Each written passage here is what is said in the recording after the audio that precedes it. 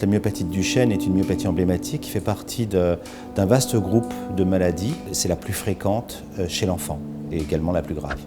La myopathie de Duchenne résulte de mutations dans le gène de la dystrophine.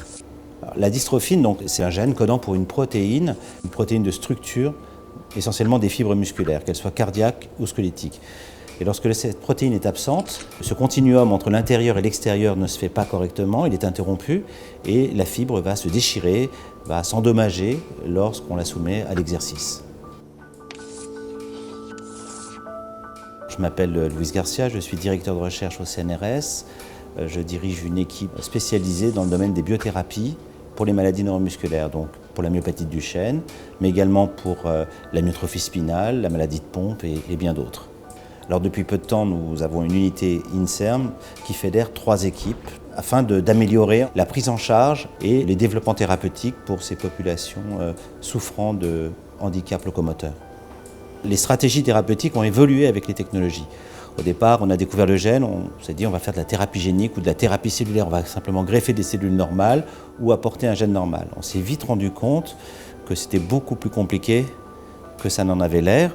Et finalement, avec les progrès technologiques de génétique et de biotechnologie, on a réussi à mettre en place maintenant une médecine personnalisée qui est fondée sur la chirurgie de l'ARN. C'est ce qu'on appelle le saut d'exon. Le saut d'exon est finalement assez simple à comprendre. Le gène est morcelé en exons. Et ces exons contiennent la partie codante de la protéine. Il arrive qu'une mutation emporte un certain nombre d'exons. Alors parfois, c'est complètement délétère, le gène ne fonctionnera jamais, mais dans certains cas, ce qu'il reste peut encore être utile. En rabotant un peu les bords, on peut réussir à recréer un messager que le patient n'arrive pas à faire, un ARN messager, qui va être porteur de sens, capable de produire une protéine certes tronquée, plus courte, mais quand même fonctionnelle. Le saut d'exon, c'est un peu ces rabots moléculaires qu'on utilise au bord des délétions pour redonner un sens à ce qui avait perdu du sens.